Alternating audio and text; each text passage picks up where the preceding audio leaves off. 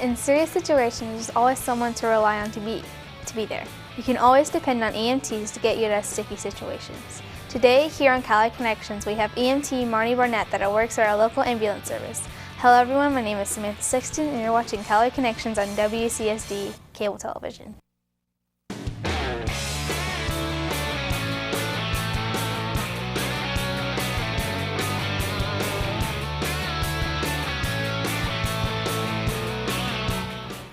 Hi everyone, my name is Samantha Sexton and today we have Marty Barnett with us. Alright Marty, can you tell us more about what it is to be an EMT? Sure, Samantha. Emergency medical technician or an EMT. It is 6 months of school, usually at Murray State or one of the community colleges. It's usually one semester program. After that, if you're good at it and want to continue, you can go on to what's an advanced EMT, which is another 6 months of education.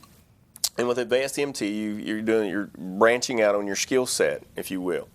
After that, if you're still interested in EMS, there's the paramedic level. And paramedic school is usually about 2 to 2.5 years. It's 2 semesters of college. Usually spend about 260 hours of hospital rotations, anywhere from the emergency department to labor and delivery, behavioral health, pediatrics, in every area in the hospital, kind of like how a physician would during their residency and make different rounds throughout the hospital. You spend 260 hours in the hospital. And then after that, you have an internship of 500 hours of riding with another paramedic. It usually takes you about 6 months for that. So by the time you get all those things done, it's usually about 2 years. And then you sit for the National Registry exam, which allows you to have a license and to practice in EMS. So from beginning to end, you're looking at about 2.5 years. But right now, the medical profession is a great field of study for those that go into. It really is. Okay. Well, what kind of problems as an EMT do you deal with whenever you're on a run? As being an EMT it's very complex, and when I say that is you may go from someone who's got a fever, or is just vomiting or don't feel well, and then the next ambulance runs, it could be something as complex of childbirth. It could be a bad motor vehicle accident. You kind of can run a gamut of emotions in one shift. We work 12-hour shifts. Some agencies do 24-hour shifts, but the 12-hour shifts, you pretty much are spent by the time that day is over with all the different calls. Skill-wise, you're looking at bandaging, splinting, CPR, and then when you get into the advanced EMT and into paramedic, you're looking at medications, you're looking at heart rhythms. A paramedic, to break it down, will be a little bit like a registered nurse. Except they have a whole emergency room, and we have the back of an ambulance. So there's our office, if you will. So the skill set, there's a couple of things that are different that paramedics can do that nursing can't, and then vice versa for nursing as well. So there's a few skills that they can do that we cannot. So you name it, and pretty much in medical profession, a paramedic and an EMT can do those. Okay, what are some things that you can do and a nurse can't? I can start an IV in what's called an external jugular. It's the vein that runs around beside your neck. There's usually three places to start intravenous or IV access. Usually it's in the arm, here, in the wrist. Those are the 2. The neck is kind of the 3rd. And then the 4th one, if all those fail, is you can drill into the bone. We have these drills on every ambulance that can drill into the bone, and we evacuate a little bone marrow to create a void, and that's how we start, give you medications and fluids through that way. And nursing is not there yet. They cannot start the neck veins.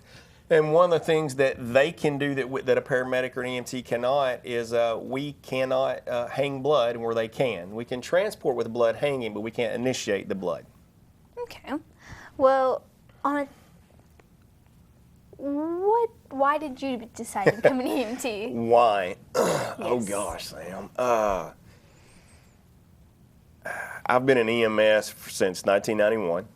So we're looking at about 27 years, and to think back that far, it's probably I didn't know what else to do. EMS, we joke with in EMS that we're kind of like a band of misfits. Usually those that get into EMS is they didn't know what else to try. So a lot of the guys have gone to college. They just didn't seem the college fit for them or that line of work for them. So they usually took a first aid and a CPR class, kind of liked it, and then that's the same for me. I had volunteer firefighter and thought that was pretty fun, pretty neat. Went to EMT school, and just kind of have been there ever since. Actually, it's every day is different.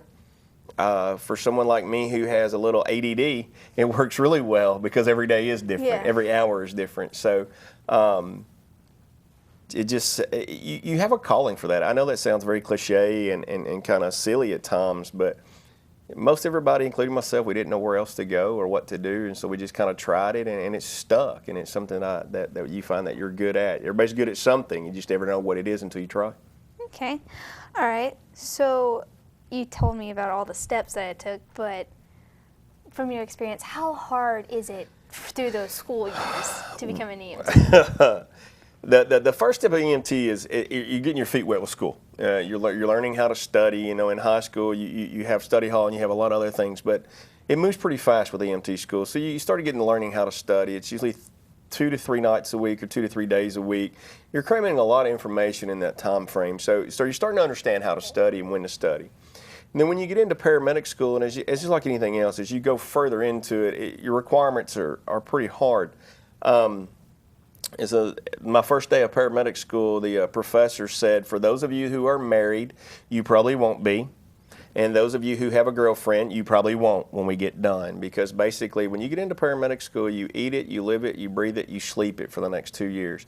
And it's just because it's so much information in a short amount of time. So the requirements of the studying was pretty significant. But you're studying something different. It's not the same thing. You're studying cardiovascular, you're studying newborns, pediatrics. So if you just got to suffer through that one chapter that you may not be your best, but something's right around the corner that may interest you. So you just keep plugging away at it, actually. Okay. So in order to get into become a paramedic, what does your GPA have to be in high school to become one? Actually, good question. It doesn't go in your GPA, actually. Okay. That's one of hence the band of misfits.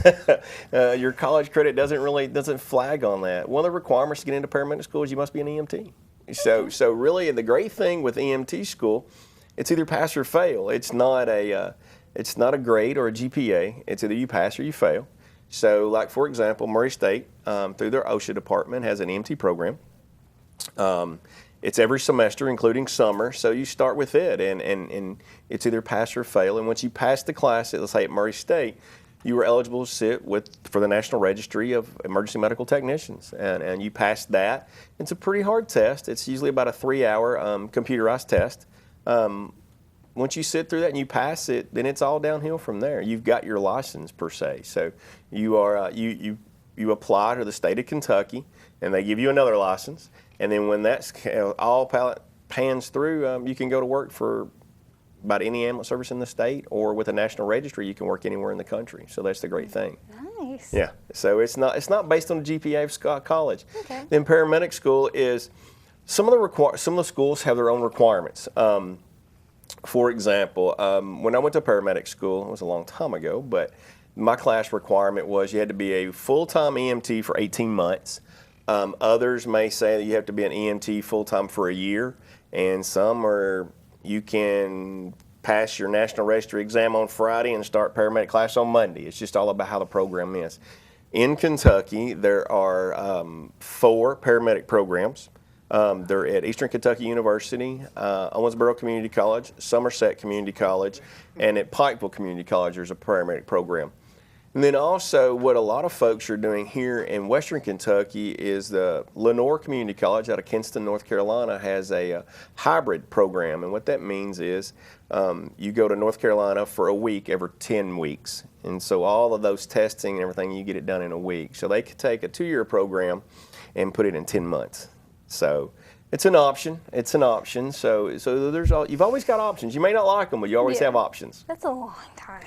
It is. Okay. Well, do you have any advice for anyone who actually wants to become an EMT instead of being a band of misfits? Actually, through with Murray Calloway County, we're owned and operated by the hospital. We're right there at the hospital, and I encourage anybody who's interested in being an EMT to come and spend a day with us. As long as you're 18, and if you're below 18, you can have your parent or legal guardian to say that you're okay. There is a release of liability form to sign, and then a patient confidentiality, a little mini orientation, if you will. and then you can observe and see if it's something that you might want to do. So I highly encourage that. It's one of our outreach programs here. So for those that might be interested, to come spend a day with us and see. All right, thank you. Now we have to go on break. So for Calloway Connections, my name is Samantha Sexton with Marty Barnett, and we'll see you in a little bit.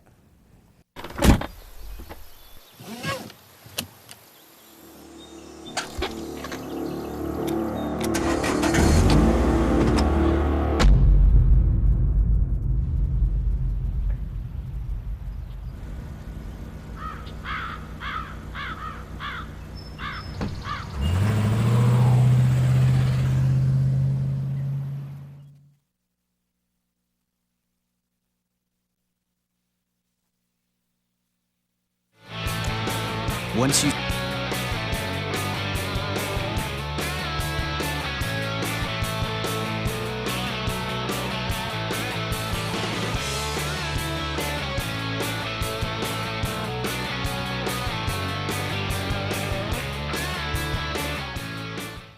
Okay, so that was an ambulance. Have you worked on that one many times probably? Yes, that's one of our newer ambulances, yes. Okay.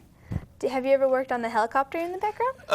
No, that's we talked about EMTs, advanced EMTs, and then paramedics. And the flight paramedic is another step if someone's interested. So you got to start at the bottom, and then you can work your way to being a flight paramedic. We have here at Murray, we're very fortunate within where Murray is located, we have within 30 to 40 minutes, you can have 8 helicopters in Murray. So geographically, we're pretty good for helicopters. So there again, there's another a job opportunity.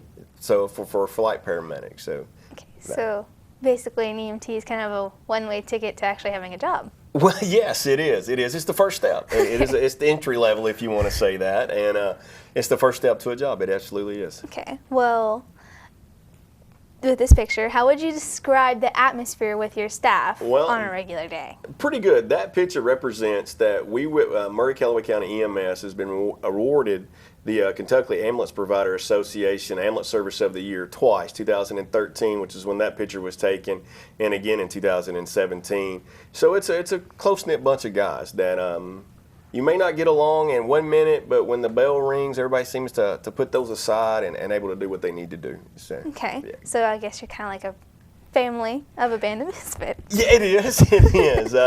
It's kind of like brothers and sisters. You fight with your brothers and sisters, and we fight a little bit too. But it is. We get along very well together. We sure do. Okay. So back to the whole job thing. Sure. What kind of skills would you need for this job? Like, this is going to sound very tacky. You have to be able to stand the sight of blood and puke, and that's once you've got those two things conquered. It's a little bit downhill after that. So as long as you've got a strong stomach, you're pretty good with that job. I don't think I could do that job. All right, what do you enjoy most about your job? Gosh, that's you're making me think on that question. What do I enjoy most? I think it's just about, sometimes most of the time, it's just that knowing that you've accomplished something, that you made a difference in somebody's life. To them, those folks that call 911, to them it's the worst day ever, and you're there for them and to help them through that. So it's just a rewarding feeling sometimes. It truly is. Okay, so are there a lot of unexpected turns? Like, Oh yeah. You never, it's a stupid movie cliche, but like Forrest Gump says, life is like a box of chocolates. You never know what you're going to get.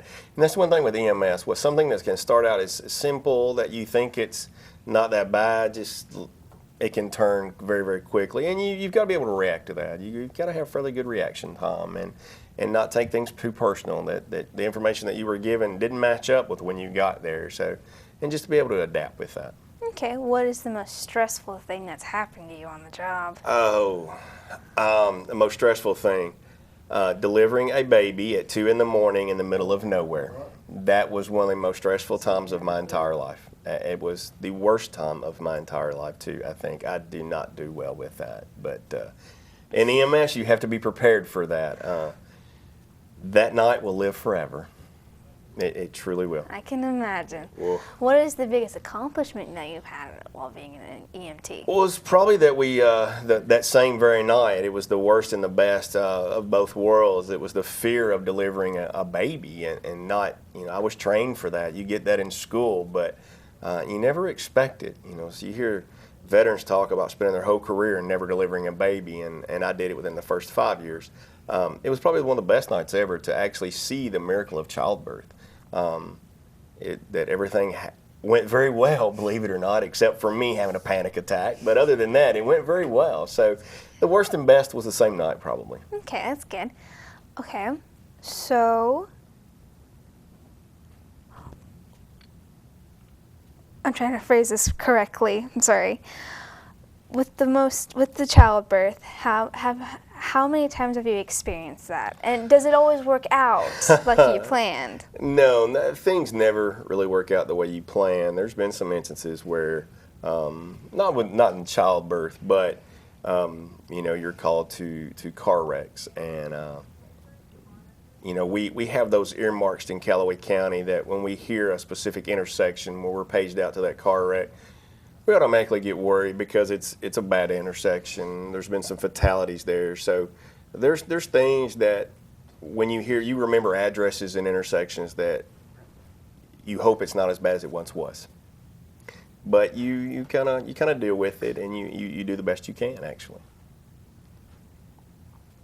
Okay. Okay, so in this picture, Sure. are car crashes one of the most Is a car crash one of the most hardest things that you've experienced, or? Yeah, they are. You get a car wreck, and it's utter chaos. And so yes, it is one of the most stressful, I think, because usually with a chest pain, for example, usually you just got one person, one patient, if you will. But at a car wreck, you've got bystanders, you've got family. It's utter chaos, and as part of EMS, you have to wrangle that chaos in sometimes. But you got to stay focused. Everybody and rely on your training, because every bystander has an idea. So you've got to stay on point. You got to stay focused. So yeah, the car wrecks are the worst, actually, just because the confusion and the chaos that they bring with.